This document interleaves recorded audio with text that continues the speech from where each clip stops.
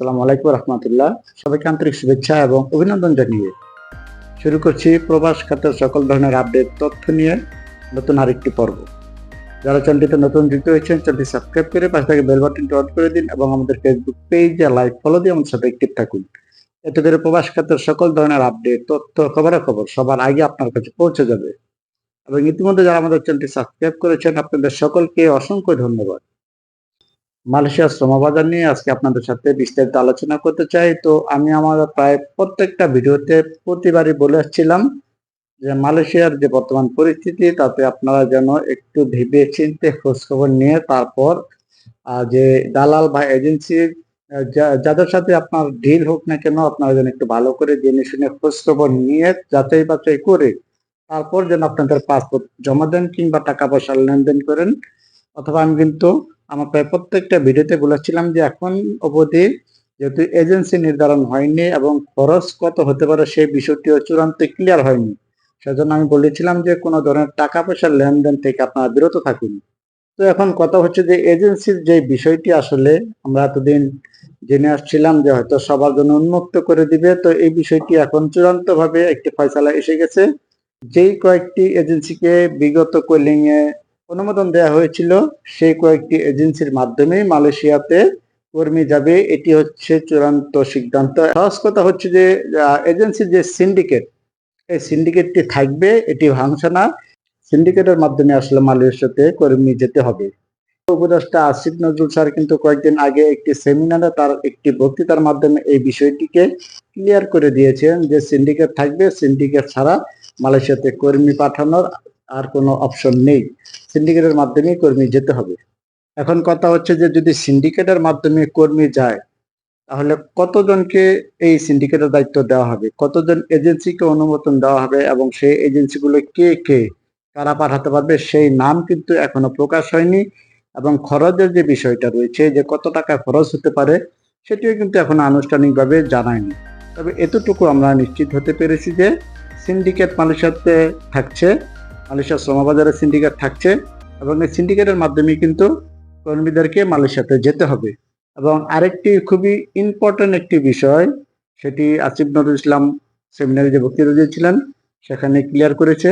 ইতিমধ্যে হয়তো সোশ্যাল মিডিয়াতে কিংবা ইউটিউবে হয়তো কিংবা খবরের মাধ্যমে হয়তো অনেকেই দেখেছেন যে তিনি একটি বিষয় ক্লিয়ার করেছেন যে মালয়েশিয়াতে আসলে কতজন শ্রমিক যাবে। এতদিন আমরা শুনে আসছিলাম 8 লাখ, 6 লাখ কিংবা 12 লাখ। যদি আমি আমার প্রত্যেকটা ভিডিওতে বলে আসছিলাম যে এত শ্রমিক মালয়েশিয়াতে নেবে না, বড়জোর 50,000 কিংবা 1 লাখ এর ঊর্ধ্বে শ্রমিক মালয়েশিয়াতে নেবে না, এটি আমি আমার প্রায় প্রত্যেকটি ভিডিওতে বলে আসছিলাম। তো এই যে একটি বিষয়, এই বিষয়টি কিন্তু তিনি সেমিনারে সে বক্তৃতার সময় ক্লিয়ার করেছেন যে মালয়েশিয়াতে 12 লাখ কর্মী নয়, বরঞ্চ 1 বছরে সর্বোচ্চ 40,000 কর্মী মালয়েশিয়াতে নেবেন। মালয়েশিয়াতে আগামীতে অনেক কিন্তু মিথ্যা কথা ছড়ানো হচ্ছে, 12 লক্ষ লোক নেবে, 10 লক্ষ লোক নেবে। আমি ওখানে ঘুরে আসছি, আমার কথা শুনেন। মালয়েশিয়াতে আগামী 1 বছরে বাংলাদেশ থেকে খুব বেশি হলে 30 থেকে 40,000 লোক নেবে। আমার সাথে 3টা মিনিস্টারের কথা হয়েছে। এটি হচ্ছে ফাইনাল কথা যে মালয়েশিয়াতে 1 বছরে বড়জোর 40,000 শ্রমিক যাবেন কিংবা তারা বাংলাদেশ থেকে শ্রমিক নেবেন। এখন যদি কোনো এজেন্সি কিংবা কোনো দালাল আপনাকে বলে যে মালয়েশিয়াতে 2 লাখ 3 লাখ শ্রমিক নেবে, এত টাকা ধার্য করা হয়েছে, এত টাকা খরচ হবে, এরকম যদি কোনো এজেন্সি কিংবা দালাল বলে, তাহলে বুঝতে হবে যে তারা আপনার সাথে প্রতারণা করছে। তাদের প্রতারণার পা দিবেন না। ভালো করে মালয়েশিয়ার কলিং সম্পর্কে খোঁজখবর নিন, যেটি আমি আমার প্রত্যেকটা ভিডিওতে বলে আসছি, আপনাদেরকে সতর্ক করার চেষ্টা করছি।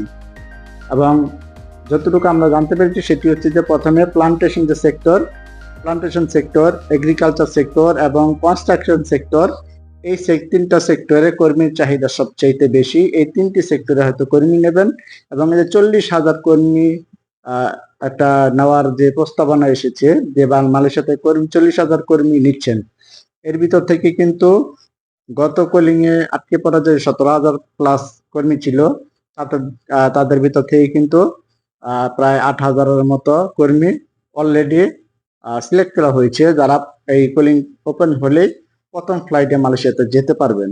তো এই 7,000 কিংবা 8,000 যদি আমরা বাদ দিই, তাহলে 40,000 থেকে আর 35,000-এর মতো সাধারণ শ্রমিক হয়তো যেতে পারে। তো এই বিষয়টি অবশ্যই আপনারা খেয়াল রাখবেন।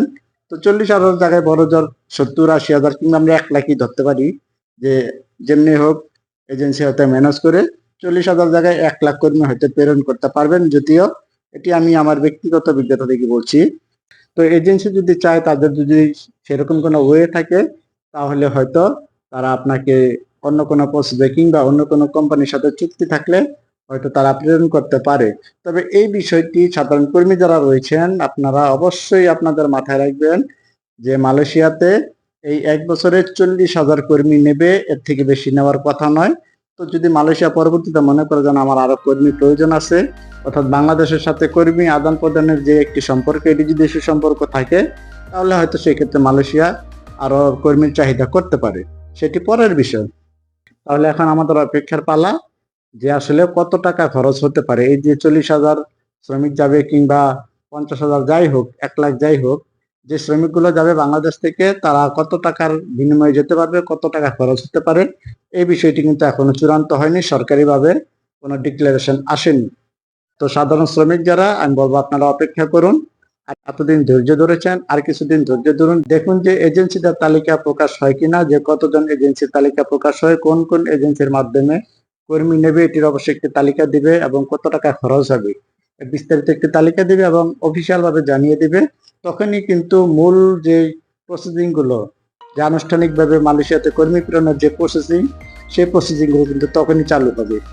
যারা চ্যানেলটিতে নতুন যুক্ত হয়েছেন, চ্যানেলটি সাবস্ক্রাইব করে পাশে থাকা বেল বাটনটি অন করে দিন এবং আমাদের ফেসবুক পেজে লাইক ফলো দিয়ে আমাদের সাথে অ্যাক্টিভ থাকুন।